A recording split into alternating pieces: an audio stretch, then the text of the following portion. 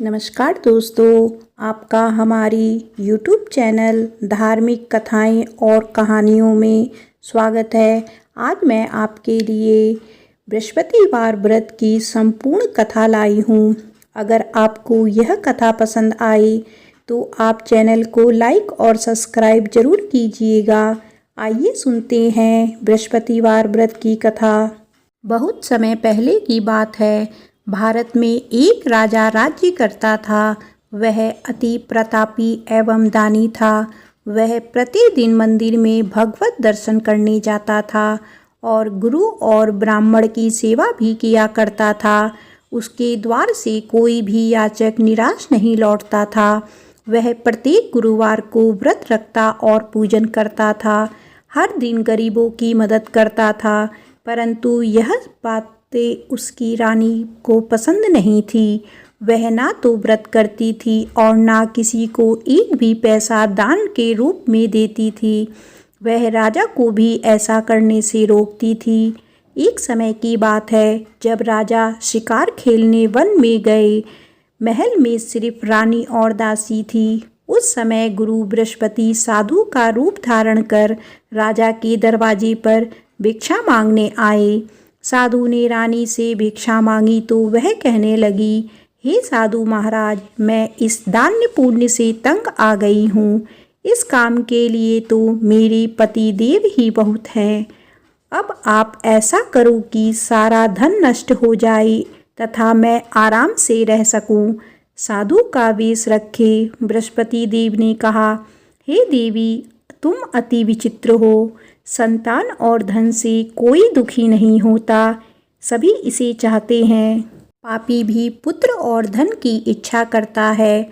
अगर तुम्हारे पास धन बहुत है तो भूखे मनुष्यों को भोजन कराओ, ब्राह्मणों को दान दो, प्याऊ लगवाओ, धर्मशालाएं बनवाओ, कुएं, तालाब, बावड़ी, बाग बगीचे आदि बनवाओ तथा निर्धनों की कुंवारी कन्याओं का विवाह करवाओ। साथ ही यज्ञ आदि करो। इस प्रकार के कर्मों से आपके कुल का एवं आपका नाम लोक परलोक में प्रसिद्ध होगा एवं स्वर्ग की प्राप्ति होगी। किंतु वह मूर्ख रानी साधु की इन बातों से खुश नहीं हुई। वह बोली, हे साधु महाराज, मुझे ऐसी संपत्ति की आवश्यकता नहीं जो मेरी काम न आए तथा जिसको मैं अन्य लोगों को दान कर दूं, जिसको रखने और संभालने में ही मेरा सारा समय नष्ट हो जाए। साधु ने रानी को समझाने का बहुत ही प्रयत्न किया, परंतु रानी अपनी बात पर अडिग रही। तब साधु ने कहा, हे देवी, यदि तुम्हारी ऐसी ही इच्छा है तो जैसा मैं तुम्हें बताता हूँ तुम वैसे ही करना। बृहस्पतिवार के दिन घर को गोबर से लीपना, अपने केशों को पीली मिट्टी से धोना, केशों को धोते समय स्नान करना, राजा से कहना कि वह भी हजामत करवाए, भोजन में मांस मदिरा खाना, कपड़े धोबी के यहाँ धुलने डालना। इस तरह 7 बृहस्पतिवार निरंतर करने से तुम्हारा सब धन नष्ट हो जाएगा। ऐसा कहकर साधु रूपी बृहस्पति देव अंतर्ध्यान हो गए। रानी ने साधु के कहे अनुसार ही 7 बृहस्पतिवार वैसे ही करने का विचार किया। साधु के बताए अनुसार करते हुए उसे केवल 3 बृहस्पतिवार ही बीते थे कि उसकी समस्त धन संपत्ति नष्ट हो गई। कहे अनुसार ही करने से भरपेट भोजन के लिए भी दोनों समय परिवार तरसने लगा तथा सांसारिक भोगों से दुखी रहने लगा। इस प्रकार के अभावग्रस्त जीवन से तंग आकर एक बार राजा रानी से कहने लगा कि हे रानी, तुम यहाँ पर रहो, मैं दूसरे देश को जाता हूँ, क्योंकि यहाँ पर मुझे सभी मनुष्य जानते हैं, इसीलिए मैं यहाँ कोई कार्य नहीं कर सकता। देश चोरी परदेश भीख के समान है। ऐसा कहकर राजा परदेश चला गया। वहाँ जंगल में लकड़ी काट कर लाता और उन्हें शहर में बेचकर जीवन यापन करने लगा। राजा के जाने के पश्चात इधर उसके बिना रानी और दासी दुखी रहने लगी। किसी दिन भोजन मिलता तो किसी दिन जल पीकर ही रहना पड़ता। एक समय रानी और दासी को 7 दिन बिना भोजन के व्यतीत हो गए। तो रानी अपनी दासी से बोली, हे दासी, यहाँ समीप के ही नगर में मेरी बहन रहती है जो बहुत धनवान है।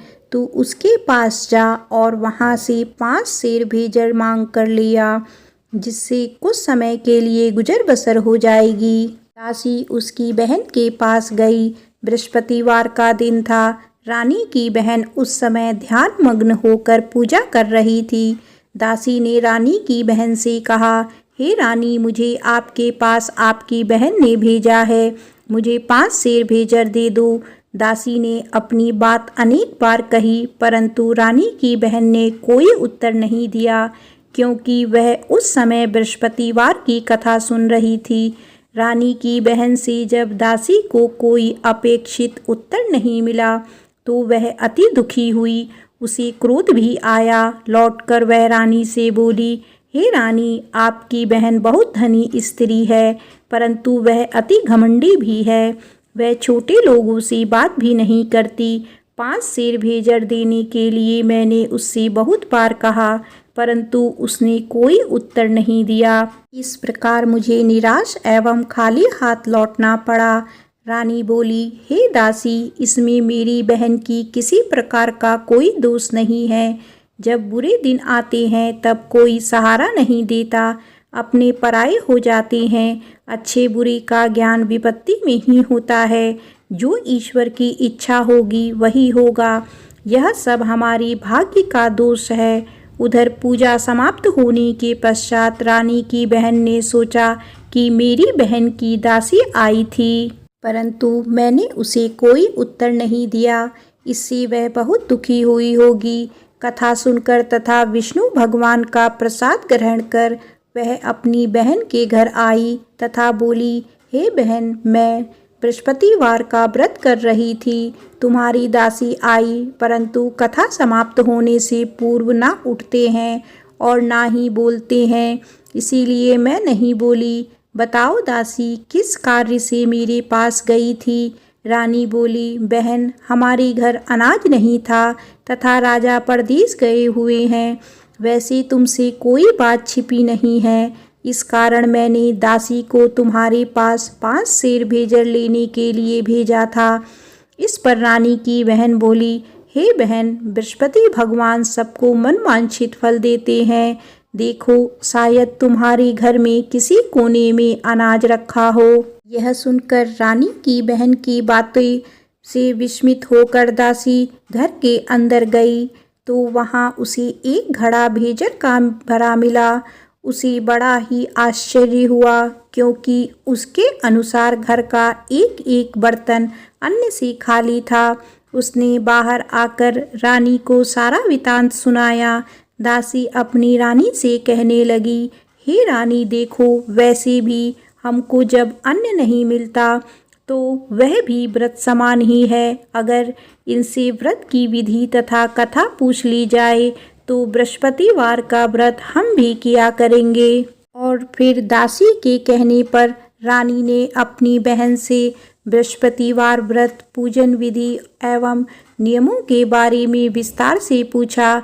उन्होंने बताया, जो बृहस्पतिवार के व्रत में चने की दाल और मुनक्का से विष्णु भगवान का केले की जड़ में पूजन कर दीपक जलाता है, पीला भोजन करता है, पीले वस्त्र धारण करता है तथा प्रेम पूर्वक बृहस्पति भगवान की कथा सुनता है। इस प्रकार करने से गुरु भगवान उस भक्त से प्रसन्न होते हैं, धन, अन्न, पुत्र देते हैं, मनवांछित मनोकामना पूर्ण करते हैं। व्रत एवं पूजन की विधि बताकर रानी की बहन अपने घर लौट गई। तत्पश्चात रानी और दासी दोनों ने निश्चय किया कि बृहस्पति देव भगवान का व्रत एवं पूजन जरूर करेंगे। 7 दिन पश्चात जब बृहस्पतिवार आया तो दोनों ने व्रत रखा। दासी घुड़साल में जाकर चना और गुड़ बीन लाई और उसकी दाल बनाकर केले की जड़ में विष्णु भगवान का पूजन किया। अब भोजन पीला कहाँ से आए, यह सोचकर दोनों बड़ी दुखी हुई, परंतु उन्होंने व्रत किया था, इसीलिए बृहस्पति भगवान उनसे प्रसन्न थे।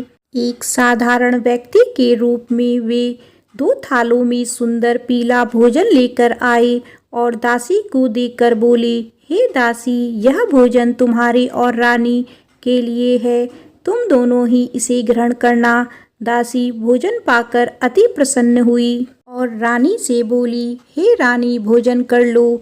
रानी को भोजन के विषय में कुछ पता नहीं था, इसीलिए वह दासी से बोली, जा तू ही भोजन कर, क्यों तू व्यर्थ में हमारी हंसी उड़ाती है। दासी बोली, हे रानी, एक व्यक्ति भोजन दे गया है। रानी बोली, वह भोजन तेरे लिए ही दे गया है, इसीलिए तू ही भोजन कर। दासी ने कहा, हे रानी, वह व्यक्ति हम दोनों के लिए ही 2 थालों में भोजन देकर गया है, अतः मैं और आप दोनों ही साथ साथ भोजन करेंगी। दोनों ने गुरु भगवान का धन्यवाद एवं नमस्कार कर भोजन आरंभ किया। इसके बाद से दोनों प्रत्येक बृहस्पतिवार को गुरु भगवान का व्रत और पूजन करने लगी। बृहस्पति भगवान की कृपा से उन दोनों की भोजन एवं धन की कमी दूर हो गई, परंतु रानी फिर पुनः पहली प्रकार से आलस करने लगी। तब दासी ने कहा, हे रानी, आप पहले भी इसी प्रकार आलस्य करती थी। आपको धन संभालने एवं दान देने में कष्ट होता था, इसी कारण सभी धन नष्ट हो गया और हमारी ऐसी दुर्दशा हो गई। अब गुरु भगवान की कृपा से धन मिला है तो आपको फिर आलस हो रहा है। बड़े कष्टों के बाद आपने यह धन पाया है, इसीलिए आपको दान पुण्य करना चाहिए। भूखे मनुष्यों को भोजन कराओ, ब्राह्मणों को दान दो, प्याऊ लगवाओ, कुआं, तालाब, बावड़ी आदि का निर्माण कराओ, कुंवारी कन्याओं का विवाह करवाओ, मंदिर पाठशाला बनाकर दान दो, धन को शुभ कार्यों में खर्च करो, जिससे आपके कुल का सम्मान बढ़े तथा आपको स्वर्ग प्राप्त हो एवं आपके पितृ प्रसन्न हो। दासी की बात मानकर रानी ने इसी प्रकार के सत्कर्म करने प्रारंभ कर दिए। इस प्रकार करने से उसका काफ़ी यश फैलने लगा। कुछ दिनों के बाद एक दिन रानी और दासी आपस में विचार करने लगी कि ना जाने राजा किस दशा में होंगे, उनकी कोई खबर नहीं है। रानी राजा की कोई खबर ना पाकर उदास रहने लगी। गुरु भगवान से उन्होंने प्रार्थना की और भगवान ने रात्रि में राजा को स्वप्न में दर्शन देकर कहा, हे राजा, उठ, तेरी रानी तुझको याद करती है, अब अपने देश लौट जा। राजा प्रातःकाल उठा। वह सोचने लगा कि मैं किस प्रकार रानी के पास खाली हाथ जाऊं, मेरे पास तो कुछ भी नहीं है। स्त्री जाति खाने और पहनने की ही साथी होती है, पर प्रभु की आज्ञा मानकर वह अपने नगर चलने को तैयार हुआ। परदेश में राजा बहुत दुखी रहने लगा। प्रतिदिन जंगल से लकड़ी बीन कर लाता और उसे शहर में बेचकर अपने दुखी जीवन को बड़ी कठिनाई से व्यतीत करता था। एक दिन राजा दुखी कर अपने पुराने दिन की याद करके रोने लगा। उस जंगल में बृहस्पति देव एक साधु का रूप धारण करके आई और राजा से बोले, हे लकड़हारे, तुम इस वियायान जंगल में किस चिंता में बैठे हो, मुझे बताओ। यह सुनकर राजा की आंखों में आंसू भर आए और वह साधु को प्रणाम करके बोला, हे प्रभु, आप सब कुछ जानने वाले हैं। इतना कहकर राजा ने साधु को अपनी समस्त व्यथा सुना दी। तब साधु रूपी गुरु भगवान राजा से बोले, हे राजन, तुम्हारी पत्नी ने बृहस्पतिवार के दिन बृहस्पति देव का अपमान किया था, जिसके कारण तुम्हारी यह दुर्दशा हुई। अब तुम किसी प्रकार की चिंता मत करो, भगवान तुम्हें पहले से अधिक धन प्रदान करेंगे। देखो, तुम्हारी पत्नी ने बृहस्पतिवार का व्रत आरंभ कर दिया है। अब तुम भी बृहस्पतिवार का व्रत करके चने की दाल व गुड़ जल को लोटे में डालकर केले का पूजन करो, फिर कथा कहो या सुनो। भगवान तुम्हारी सभी इच्छाएं की पूर्ति करेंगे। साधु के वचन सुनकर राजा बोला, हे प्रभु, मुझे लकड़ी बेचने के पश्चात इतना पैसा भी नहीं बचता कि भोजन करने के उपरांत कुछ भी बचा सकूं। मैंने रात्रि में अपनी रानी को व्याकुल एवं व्यथित देखा है। मेरे पास कोई साधन नहीं जिससे उसका समाचार भी जान सकूं। इसके अतिरिक्त मैं बृहस्पति देव की कथा भी नहीं जानता, जिसे कह या सुनकर मैं व्रत धारण कर भगवान बृहस्पति देव का पूजन कर सकूं। साधु ने कहा, हे राजा, तुम किसी बात की चिंता ना करो। बृहस्पतिवार के दिन तुम नित्य की भांति लकड़ियां लेकर शहर में जाओ। तुम्हें रोज से दुगना धन प्राप्त होगा, जिससे तुम भली भांति भोजन कर लोगे तथा गुड़ एवं चने का प्रसाद खरीदकर बृहस्पति देव की पूजा भी कर सकते हो। बृहस्पतिवार की कहानी इस प्रकार से है। प्राचीन समय में एक बहुत ही निर्धन ब्राह्मण था। उसके कोई संतान नहीं थी। ब्राह्मण नित्य पूजा पाठ करता। ब्राह्मण स्वभाव से दयालु तथा धार्मिक विचारों वाला व्यक्ति था, परंतु उसकी पत्नी बहुत मलिनता के साथ रहती थी। वह ना तो स्नान करती थी और ना किसी देवता की पूजा करती। सुबह उठते ही सर्वप्रथम भोजन करती, बाद में घर के अन्य कार्य करती। अपनी पत्नी की ऐसी आदत के कारण ब्राह्मण देवता बहुत दुखी थे। वह अपनी पत्नी को बहुत समझाते, किंतु उसका कोई परिणाम ना निकलता। भगवान की कृपा से ब्राह्मण की स्त्री के कन्या उत्पन्न हुई। वह कन्या ब्राह्मण के घर में बड़ी होने लगी।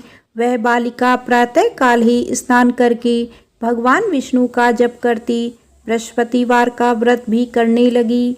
पूजा पाठ समाप्त कर पाठशाला जाती तो अपनी मुट्ठी में जौ भर कर ले जाती और पाठशाला जाने के रास्ते में डालती जाती। भगवान बृहस्पति की कृपा से वही जौ स्वर्ण के हो जाते थे, तो लौटते समय उनको बीनकर घर ले आती। एक दिन वह बालिका सूप में उन सोने के जौ को फटक कर साफ कर रही थी। तभी उसकी माँ ने उसे देख लिया और कहा, हे बेटी, सोने के जौ को फटकने के लिए सूप भी सोने का ही होना चाहिए। दूसरे दिन बृहस्पतिवार था। कन्या ने व्रत रखा और भगवान बृहस्पति से प्रार्थना करके कहा, हे प्रभु, यदि मैंने सच्चे मन से श्रद्धा पूर्वक आपका पूजन एवं व्रत किया हो तो कृपया करके मुझे सोने का सूप दे दो। बृहस्पति देव ने उसकी प्रार्थना स्वीकार कर ली। नित्य की भांति वह कन्या जौ फैलाती हुई पाठशाला चली गई। पाठशाला से लौटते कर जब वह जौ बीन रही थी तो बृहस्पति भगवान की कृपा से उसे सोने का सूप प्राप्त हुआ। उस सोने के सूप को वह घर ले आई और उसमें जौ साफ करने लगी, परंतु उसकी माँ का आचरण वैसा ही रहा। एक दिन वह कन्या सोने के सूप में जौ साफ कर रही थी। उसी समय अचानक उस नगर का राजकुमार वहां से होकर निकला। कन्या के रूप एवं कार्य को देखकर राजकुमार कन्या पर मोहित हो गया। राजमहल लौटकर राजकुमार अन्न तथा जल त्याग कर उदास होकर लेट गया। राजा को जब अपने पुत्र द्वारा अन्न जल त्यागने का समाचार प्राप्त हुआ तो अपने मंत्रियों के साथ वह राजकुमार के पास आए और बोले, हे बेटा, तुम्हें किस बात का दुख है? किसी ने तुम्हारा अपमान किया है अथवा कोई और कारण है तो मुझे बताओ, मैं वही करूँगा जिससे तुम प्रसन्न होगे। राजकुमार ने अपने पिता की बातें सुनी तो वह बोला, आपकी कृपा से मुझे किसी प्रकार का कष्ट नहीं है। किसी ने मेरा अपमान भी नहीं किया है, परंतु मैं उस कन्या के साथ विवाह करना चाहता हूँ जो सोने के सूप में सोने के जौ फटक रही थी। यह सुनकर राजा आश्चर्य में पड़ गया और बोला, हे राजकुमार, इस तरह की कन्या का पता तुम लगाकर मुझे बताओ, मैं तुम्हारा विवाह उसके साथ अवश्य ही करा दूंगा।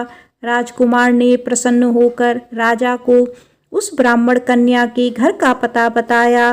राजा के आदेश पर मंत्री उस कन्या के घर गया और राजा को आदेश ब्राह्मण को कह सुनाया। 6 दिन बाद ब्राह्मण की कन्या का विवाह राजकुमार के साथ हो गया। घर से कन्या के विदा होते ही उस ब्राह्मण के घर में पहले की तरह निर्धनता वापस आने लगी। अब भोजन के लिए अनाज भी बड़ी मुश्किल से मिलता था। एक दिन दुखी होकर ब्राह्मण देवता अपनी बेटी से मिलने गए। बेटी पिता की ऐसी अवस्था को देखकर अत्यंत दुखी हुई और उसने अपनी माँ का समाचार पूछा। ब्राह्मण ने पुत्री को सभी हाल कह सुनाया। पुत्री ने अपने पिता को बहुत सा धन देकर विदा कर दिया। इस प्रकार ब्राह्मण का कुछ समय सुखपूर्वक व्यतीत हुआ, लेकिन धन समाप्त होने के बाद स्थिति पूर्ववत हो गई। ब्राह्मण फिर अपनी पुत्री के यहाँ गया और उससे सभी हाल कह सुनाया। पुत्री बोली, हे पिताजी, आप अपने साथ माताजी को यहाँ लिया लाओ। मैं उन्हें वह विधि बता दूंगी जिससे दरिद्रता दूर हो जाएगी। ब्राह्मण देवता अपनी पत्नी को साथ लेकर अपनी पुत्री के पास राजमहल पहुँचे तो पुत्री अपनी माँ को समझाने लगी, हे माँ, तुम सुबह उठकर सर्वप्रथम स्नान आदि करके भगवान विष्णु का पूजन किया करो तो सब निर्धनता दूर हो जाएगी। तो उसकी माँ ने उसकी एक ना मानी। वह सुबह उठकर सर्वप्रथम अपनी पुत्री के घर में बचा जूठन खा लेती थी।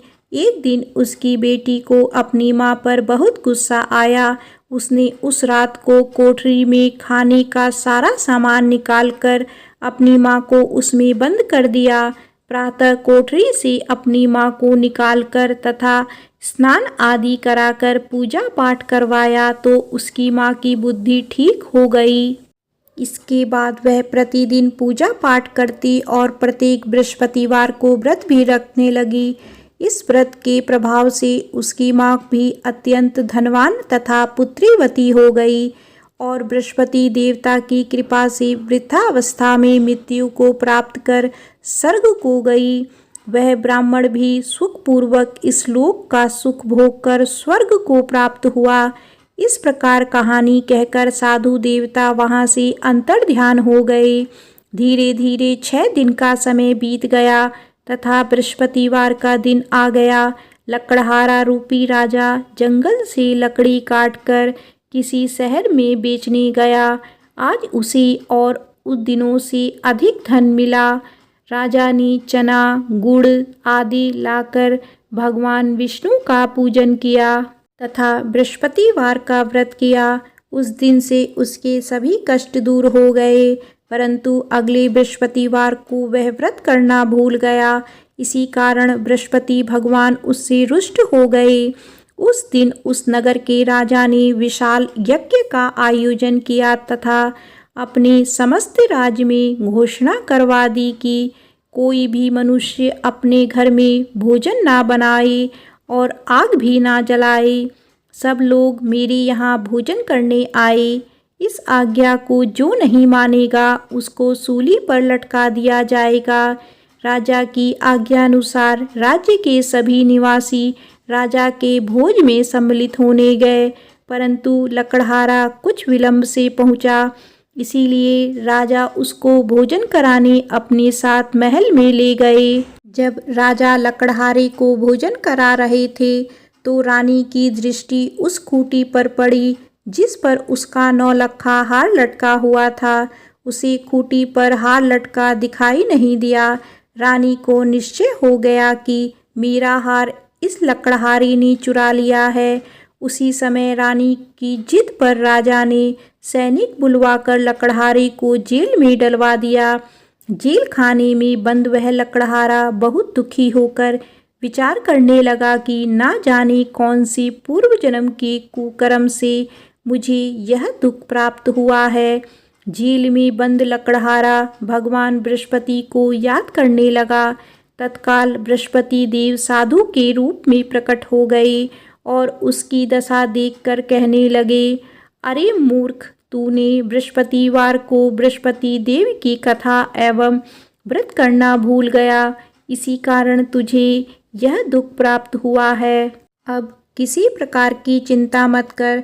बृहस्पतिवार के दिन जेल खाने के दरवाजे पर तुझे 50 पैसे पड़े मिलेंगे।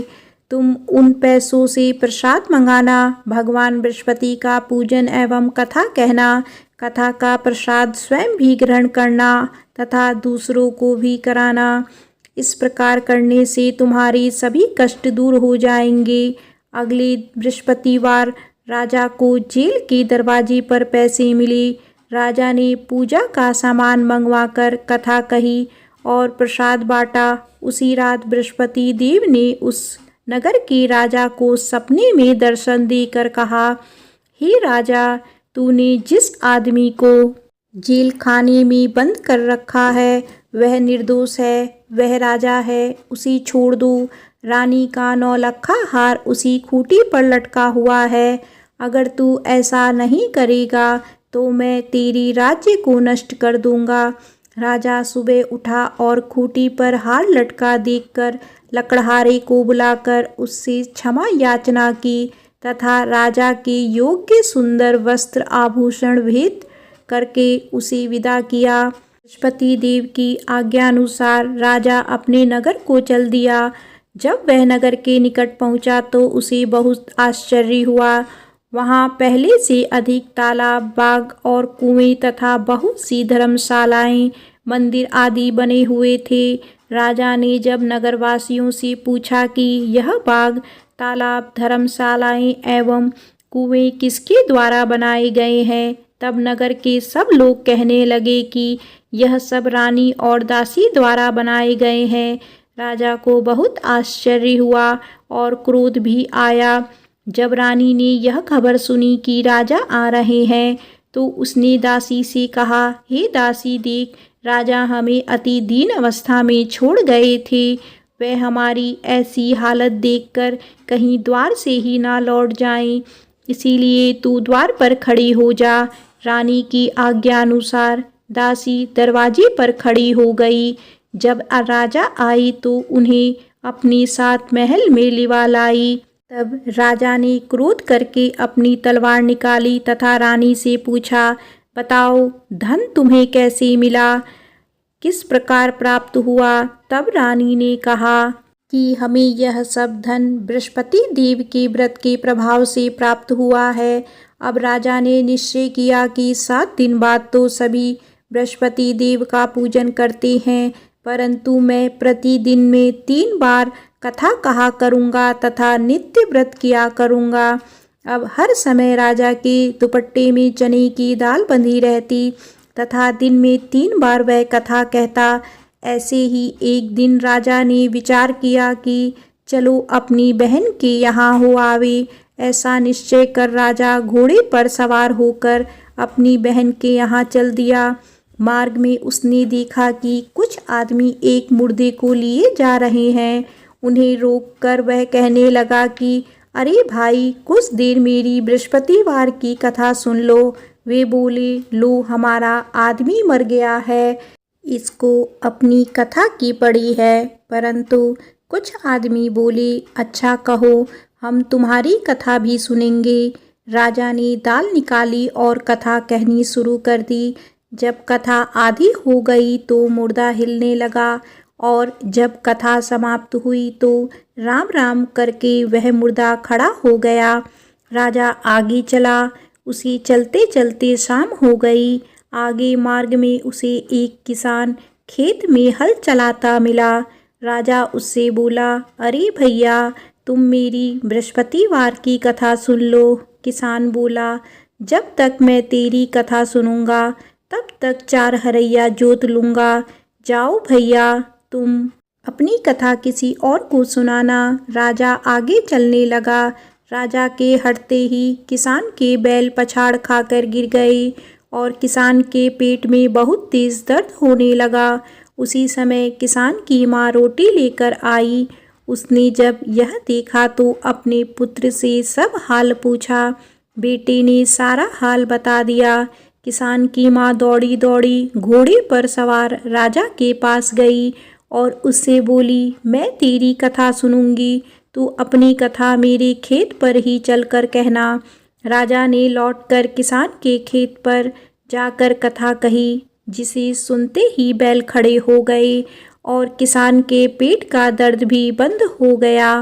आगे चलकर राजा अपनी बहन के घर पहुंच गया। बहन ने भाई की खूब आवभगत की। दूसरे दिन सुबह राजा जागा तो उसने देखा कि सब लोग भोजन कर रहे हैं।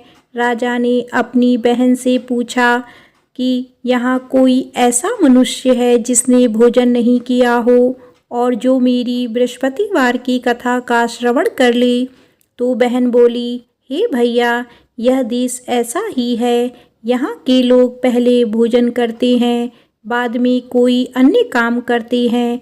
अगर पड़ोस में हो कोई तो देख आती हूँ। ऐसा कहकर बहन चली गई, परंतु उसे कोई भी ऐसा व्यक्ति नहीं मिला जिसने भोजन ना किया हो। वह एक कुम्हार के घर गई जिसका लड़का बीमार था। उसे यह भी पता चला कि उसके यहाँ 3 दिन से किसी ने भोजन नहीं किया है। राजा की बहन ने अपने भाई की कथा सुनने के लिए कुम्हार से आग्रह किया तो वह तैयार हो गया। राजा ने जाकर बृहस्पतिवार की कथा कही, जिसको सुनकर कुम्हार का लड़का ठीक हो गया। अब तो राजा की हर जगह प्रशंसा होने लगी। कुछ दिन बाद एक दिन राजा ने अपनी बहन से कहा, हे बहन, मैं अपने घर जाऊंगा, तुम भी तैयार हो जाओ। राजा की बहन ने अपनी सास से अपने भाई के साथ जाने की आज्ञा मांगी। सास बोली, चली जा, परंतु अपने लड़कों को यहीं छोड़ जाना, क्योंकि तेरे भाई के कोई संतान नहीं होती है।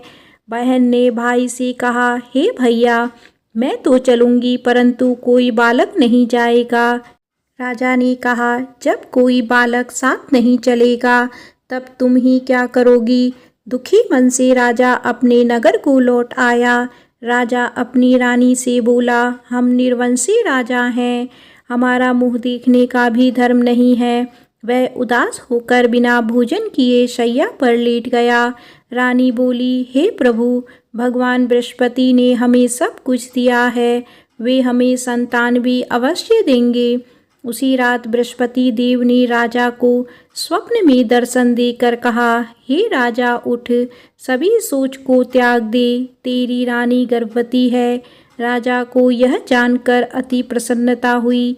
9वें महीने में रानी के गर्भ से एक सुंदर पुत्र रूपी रत्न पैदा हुआ।